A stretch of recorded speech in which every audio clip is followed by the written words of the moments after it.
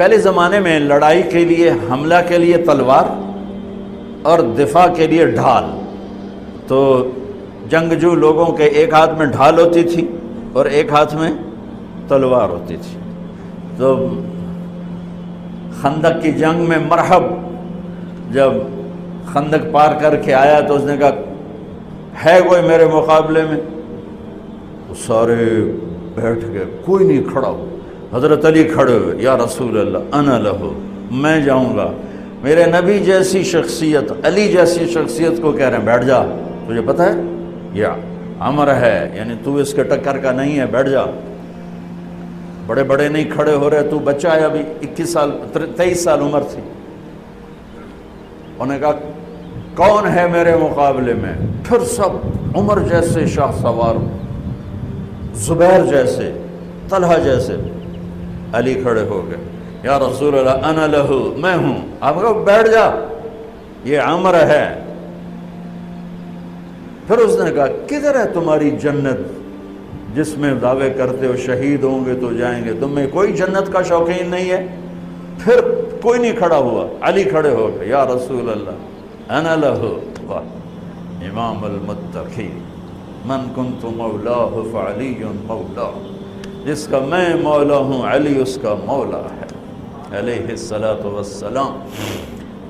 بیٹھ جائیے، عمر ہے یا رسول اللہ. پہلے تو آپ بیٹھتے رہے، جب تیسری دفعہ آپ نے کہا بیٹھ جا، کہا اب نہیں بیٹھوں گا. وَإِنْ كَانَ عَمْرًا، عمر بھی ہے تو میں جاؤں گا. آپ نے کہا اچھا چل جاؤ. پھر آپ نے ان کے لیے دعا کی. اب ان کے ایک ہاتھ میں انا الذی صمتنی امی حیدرا کلیث غابات کریہ المنظرا اوفیہمی بالصاع کیل السندرا. یہ شعر پڑھتے ہوئے جا رہے تھے. میں ہوں جس کا نام اس کی ماں نے حیدر رکھا ہے. حیدر شعر کو کہتے ہیں، شعر، اس لیے آپ کو حیدر کرار، کرار کہتے ہیں پلٹ پلٹ کے حملہ کرنے والا. تو آپ کا لقب تھا وہ شعر جو پلٹ پلٹ کے حملہ کرے اور سامنے کسی کو نہ چھوڑے. تو جب آپ پہنچے تو آپ بچے سے، وہ 100 لڑائیاں لڑ چکا تھا، تو کہنے لگا کون ہو؟ کہا میں علی ہوں. چہرہ تو چھپایا ہوا تھا. کہنے لگا علی بن عبد المطلب، آپ کے دادے کا نام لیا. مطلب کے بیٹے، عبد المطلب کے بیٹے علی. آپ نے کہا نہیں، بن ابی طالب، میں ابو طالب کا بیٹا علی. کہا ارے بھتیجے تو کہاں سے آ گیا، جا جا واپس، تجھے مارنا مجھے چنگا ہی نہیں لگتا. یعنی وہ ایسے یقین پر ہے کہ بچے نو تو میں مروڑ دیونا ہے. تو دوسرا قرابت رشتہ نکل آیا. کہا نہیں نہیں نہیں نہیں، محمد سے کہو کوئی اور آئے. انہوں نے کہا میں ہی تینوں کافی ہاں.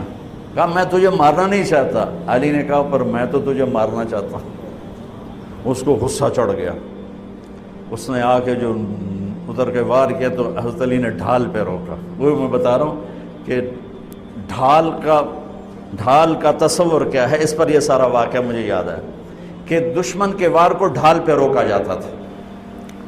تو پھر اس میں جس کا داؤ پہلے لگ جاتا وہ پار ہو جاتا. تو اس نے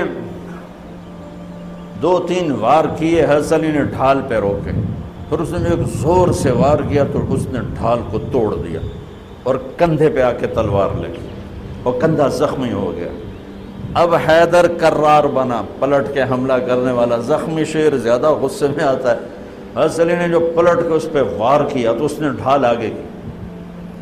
تو علی کی تلوار نے ڈھال کو توڑا اور کندھے پر لگی. اس کے بھی کندھے پر لگ کے بس طاقت ختم ہو گئی. لیکن کرار کی تلوار ڈھال کو توڑا، کندھے کو توڑا اور پوری باڈی کو چیر کے 2 حصوں میں پھینک.